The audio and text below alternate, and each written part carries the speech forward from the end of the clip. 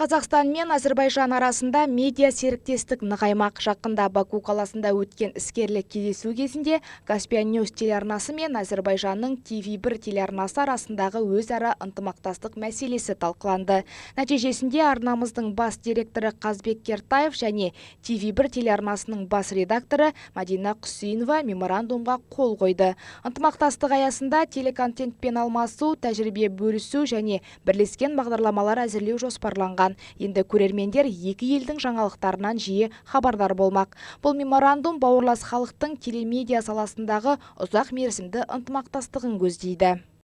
Именно с Баку, с вашим телеканалом бізді ортақ мәдениет біріктіреді. Бір-бірімізбен қазақ, орыс және Әзірбайжан тіліндегі контент алмасуға толықтай мүмкіндігіміз бар.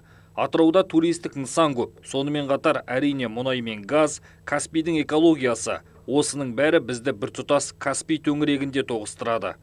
Қорыта айтсақ, ортақ дүние жеткілікті.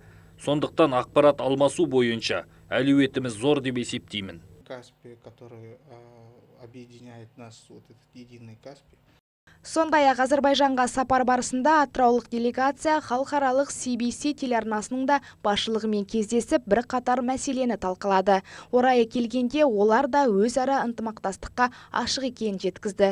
Енді көп ұзамай аталмыш телеканал басшылығымен меморандумға қол қойылып, екі жақты жұмыс басталмақ. Мөлдір Сұрғанова, Дилефрус Катапова, Каспиан Ньюс.